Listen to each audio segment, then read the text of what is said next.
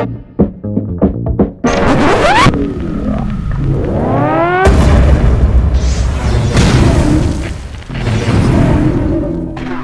Mojave Wasteland is no stranger to dark and tragic stories. The map is littered with quests and locations that often remind you how depressing life after a nuclear apocalypse would be. One of these stories that has really stuck with me over the years is the story of the Matthews Animal Husbandry Farm. Here at this farm, a simple family living a simple life as farmers met a horrible end.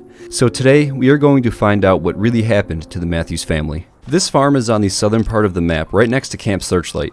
It's very easy to miss, and there aren't really any quests that will bring you directly to this location. Here you will find 2 wooden barns in a state of decay. Their roofs are gone, exposing the malnourished bighorners and Brahmin to the elements. You will also see a destroyed house and more malnourished cattle grazing the lands. Across this destroyed farm, you will find 4 notes describing what has happened here. The first note reads as follows. Mom and Dad went into the NCR camp nearby to trade for some supplies, but they haven't come back yet. I hope nothing bad has happened to them.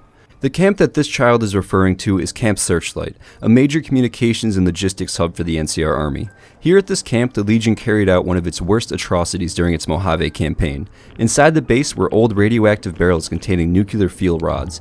During the Great War, these were stored in a fire department in an attempt to keep them protected and sealed. The Legion got word of these radioactive barrels being stored and decided to use them as dirty bombs. They snuck troops in the camp during a patrol route change and sabotaged the barrels. This turned many of the troops into feral ghouls and even killed many more from radiation sickness. Those who did survive had to suffer attacks from both Legion raiding parties and their own feral comrades.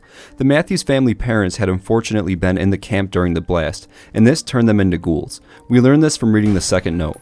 I took a chance today and left the animals alone to go look for Mom and Dad. I found them in that camp. They had become horrible feral ghouls. I didn't know what to do. They came at me so fast. Oh God, what have I done? This child had to kill his own parents after being attacked by them.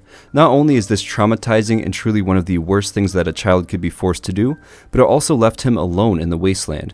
Feeling this isolation, he eventually became depressed, and documents this in the third note. I hate being all alone. I want my mom and dad back, but I can't have them back because I killed them.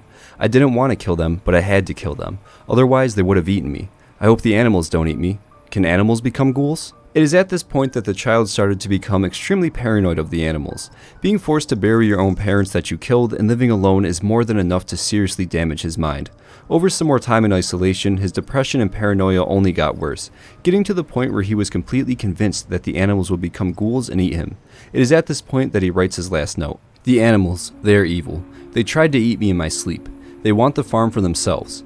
Now that Mom and Dad are gone, they want the farm for themselves. They are plotting against me, plotting to eat me. They are becoming ghouls like my parents, and they want to eat me like my parents did. Too many of them to kill them all. I'll know what I'll do. I'll burn the house down around me. Then the animals can't eat me because there will be nothing left for them to eat.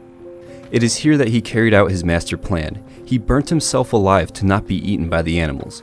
It's almost as if he cared for the animals like family, and after seeing his parents that he loved attack him, he couldn't bear the thought of it happening again. Inside this burnt house, we can find the child's remains. It is here, in the Mojave, that the Matthews family had met its end.